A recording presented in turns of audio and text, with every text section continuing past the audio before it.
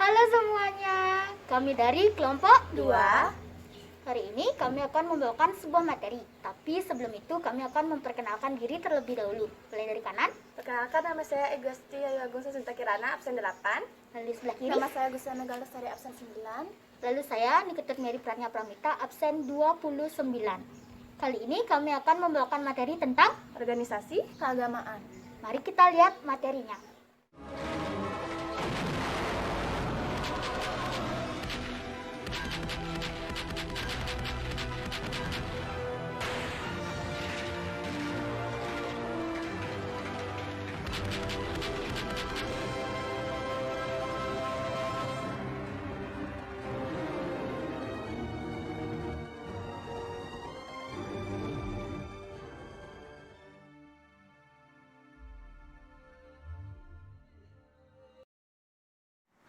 Nah, kali ini kelompok 2 akan membawakan 3 organisasi keagamaan.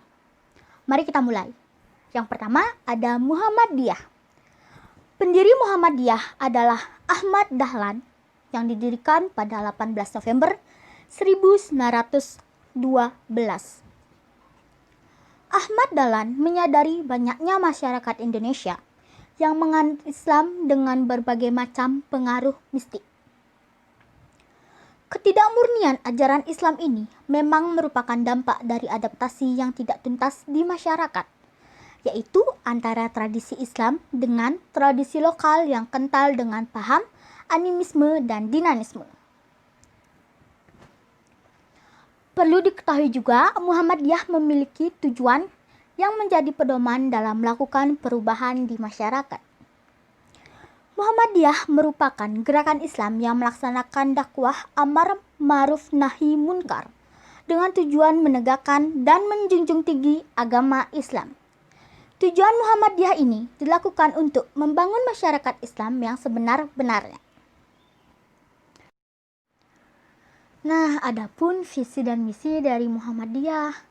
Visi Muhammadiyah adalah sebagai gerakan Islam yang berpedoman pada Al-Quran dan As-Sunnah dengan watak tajdid yang dimilikinya senantiasa istiqomah dan aktif dalam melaksanakan dakwah Islam amar ma'ruf nahi munkar di segala bidang.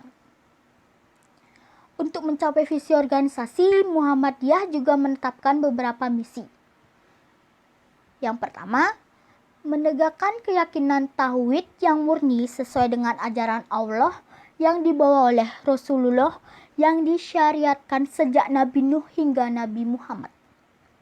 Yang kedua, memahami agama dengan menggunakan akal pikir sesuai dengan jiwa ajaran Islam untuk menjawab dan menyelesaikan persoalan-persoalan kehidupan yang bersifat duniawi.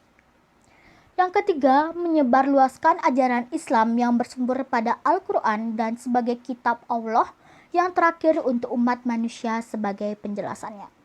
Yang terakhir, mewujudkan amalan-amalan Islam dalam kehidupan pribadi, keluarga, dan masyarakat.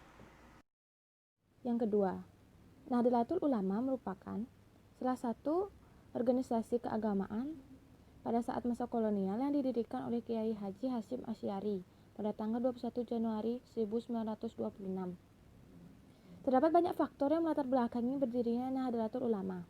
Salah satunya adalah adanya perkembangan dan pembaharuan pemikiran Islam di Indonesia yang menghendaki pelarangan segala bentuk amalan-amalan Sunni. Pemikiran tersebut mengajak umat Islam untuk kembali kepada ajaran Islam yang murni, atau dengan kata lain melepaskan diri dari sistem mazhab. Namun pada kalangan kiai pesantren, hal ini tidak dapat dibiarkan, karena tidak ingin meninggalkan keilmuan para ulama terdahulu yang memang masih relawan untuk diamalkan.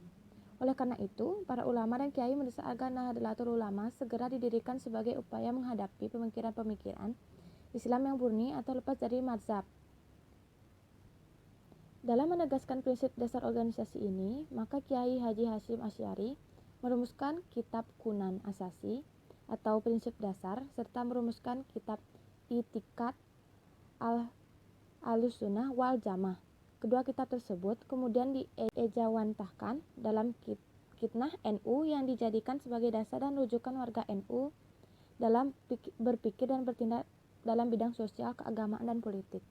Ada pula tujuan pendirian Nahdlatul Ulama adalah menegakkan syariat Islam berdasarkan mazhab Syafi'i.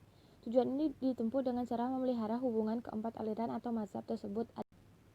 Terdapat visi dan misi. Salah satu visi tersebut adalah mewujudkan kemaslahan masyarakat, kemajuan bangsa, kesejahteraan, keadilan, dan kemandirian khusus warga NU, serta menciptakan rahmat bagi semesta dalam wadah negara kesatuan Republik Indonesia yang berasaskan Pancasila.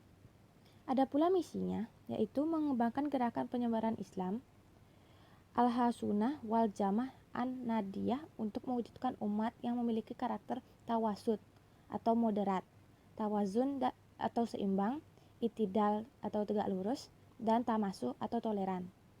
Yang kedua, mengembangkan beragam khidmah bagi jamaah NU guna meningkatkan kualitas SDM NU dan kesejahteraan serta jamaiyah NU.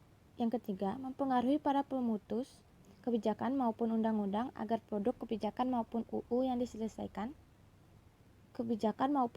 dihasilkan berpihak kepada kepentingan masyarakat dalam upaya mewujudkan kesejahteraan dan rasa keadilan.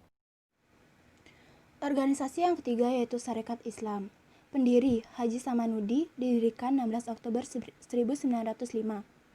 Organisasi Sarekat Islam dilatar belakangi oleh persaingan dagang yang sangat merugikan pedagang pribumi, yang didominasi oleh pedagang beragama Muslim.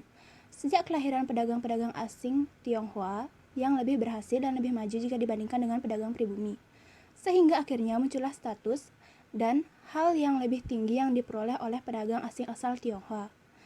Hal ini yang membuat pedagang pribumi merasa tak boleh tinggal diam dan membiarkan saja dan mulai bangkit untuk membentuk sebuah organisasi yang diberi nama Sarekat Dagang Islam.